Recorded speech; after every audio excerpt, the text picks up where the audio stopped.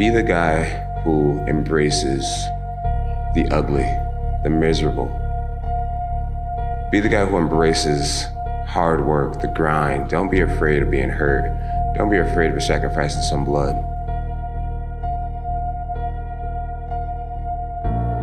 Deep inside yourself, are you a good guy trying to be bad, or are you a bad guy trying to be good? That's a good question. I think I am a bad guy that's trying to be good.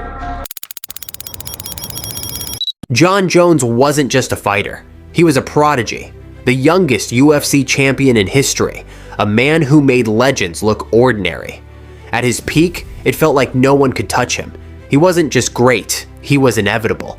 But here's the truth, Jon Jones didn't care about legacy. He didn't care about the division, and deep down, he didn't care about the fans. Behind the highlight reels and world titles was someone entirely different. A man who ducked responsibility, broke rules, and never faced the consequences long enough for it to matter. He failed drug tests, got caught in a hit-and-run incident that left a pregnant woman injured. He disappeared for years, only to re-emerge when it suited him. And even then, he picked opponents, ignored contenders, and ducked fights that didn't serve his own interests. And now, with a stacked heavyweight division, interim champs rising, and fans demanding answers, Jon Jones is silent. While guys like Tom Aspinall are demanding for a shot, Jones is off the grid. No press conferences, no call-outs, no respect for the belt he holds. This is more than just selfish behavior, it's betrayal. Betrayal of the fans who stood by him through scandal after scandal. Betrayal of a sport that built him into a legend. And betrayal of every fighter who still believes that championships are something you earn, not just collect. This isn't a hit piece. This is the side of Jon Jones the UFC won't tell you. The pattern of self-destruction hidden behind greatness. Welcome to the truth. This is how Jon Jones betrayed UFC fans. To understand how deep the betrayal goes, you have to understand why it hurts so many fans in the first place. Jon Jones wasn't just good, he was revolutionary. At 23, he dismantled legends like Shogun Rua, Rampage Jackson, and Lyoto Machida with terrifying ease. He didn't just beat champions, he made them look helpless. His frame, reach, IQ, and creativity were unmatched. He was supposed to be the future of MMA, clean, technical, dominant, a once-in-a-lifetime talent. And for a while, it felt like he was invincible. But the first cracks started showing early due to his activities outside the cage. In 2012, he was arrested for a DUI after crashing his Bentley into a pole with two women who weren't his fiancée in the car. This is just 1 year after becoming champion. Fans brushed it off. He's young, he'll learn. But Jon didn't learn. He just got better at pretending. He started building this image, clean-cut, humble, Christian warrior. But behind the scenes, the real Jon was spiraling. Teammates started noticing the attitude. Journalists saw the arrogance. But the UFC... As an educated adult who knows the fight business, you cannot deny that while Jon Jones is active, he is the greatest fighter in the world. They protected him. Why wouldn't they? He was box office gold. If you're tired of the fake narratives and want the raw truth about MMA, like, comment, and subscribe so we can keep telling it. Then came the hit and run in 2015. Jones fled the scene after crashing into a pregnant woman's car.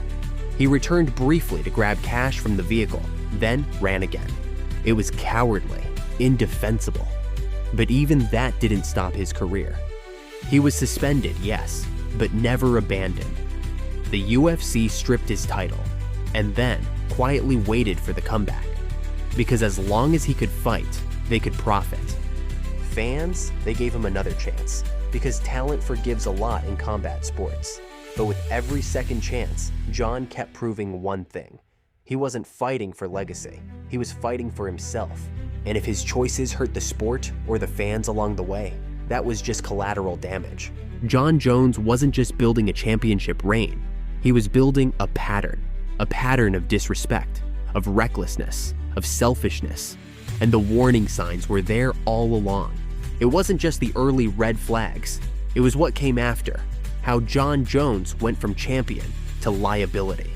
From the face of the UFC to its biggest PR nightmare. Let's start with the drugs. Jon Jones tested positive for banned substances not once, but multiple times. In 2016, he was pulled from UFC 200 just 3 days before the event due to a failed drug test. The fight was canceled, and fans who had spent hundreds, even thousands, were left with nothing.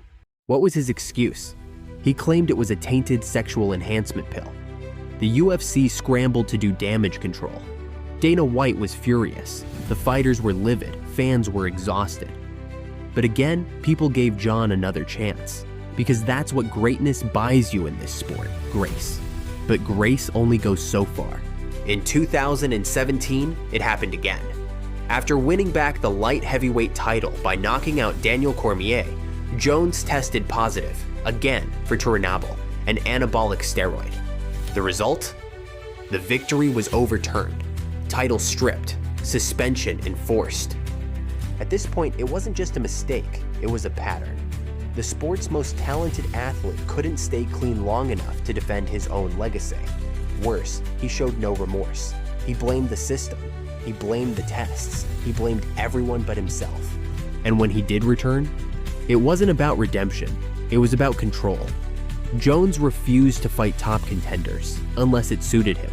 He cherry-picked opponents, ducking real threats like Francis Ngannou and now Tom Aspinall. Fighters who represented real danger, real risk, real legacy. But Jones wasn't interested in any of that. He wanted winnable fights, safe fights, name value fights, and then the heavyweight title. After years of teasing a move up, Jones finally fought Cyril Gane, a skilled striker, yes, but one who had just been dominated by Ngannou's wrestling. It was a calculated pick, and Jones made it look easy. Suddenly, he was champion again. But what came next? Nothing. No title defenses. No clear plans. And when the interim title was introduced and Tom Aspinall took the stage, Jones disappeared. No tweets, no interviews, no urgency to defend what he had won. And this is the part that stings most for fans, because the UFC is built on competition, on proving you're the best by fighting the best, but Jones doesn't care about proving anything anymore.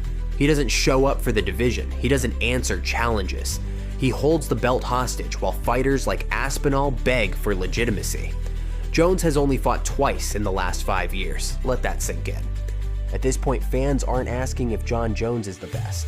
They're asking if he even deserves to be called a champion at all.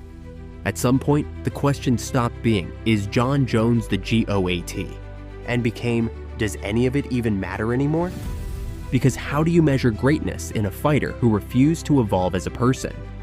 How do you celebrate a career filled with brilliance when it's built on a foundation of broken promises, failed tests, and moral blind spots?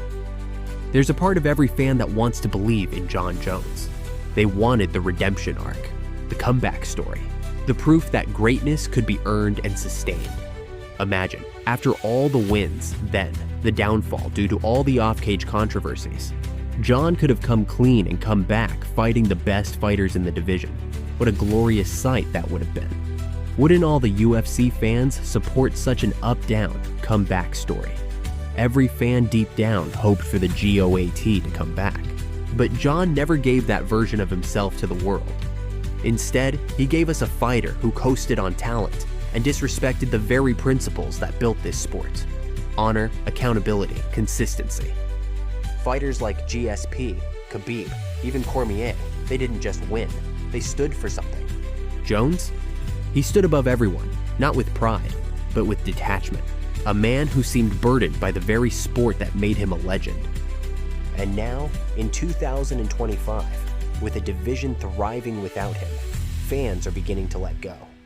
They're tired of the drama, the silence, the indifference, because no matter how many wins you stack, if you leave the people who believed in you feeling used, ignored, and disrespected, what's really left? Championship belts fade, but betrayal? That leaves a scar.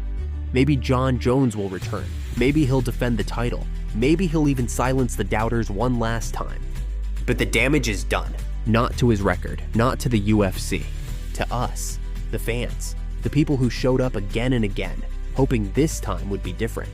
This video isn't about hating Jon Jones. It's about facing the truth when your heroes stop showing up. So now it's your turn. What do you think? Is Jon Jones still the GOAT? Or did he throw that all away? Drop your thoughts in the comments. We read everyone. And if this story hit you, if it made you think or made you feel, like the video, share it with a friend, and subscribe to the channel for more untold stories from the world of MMA.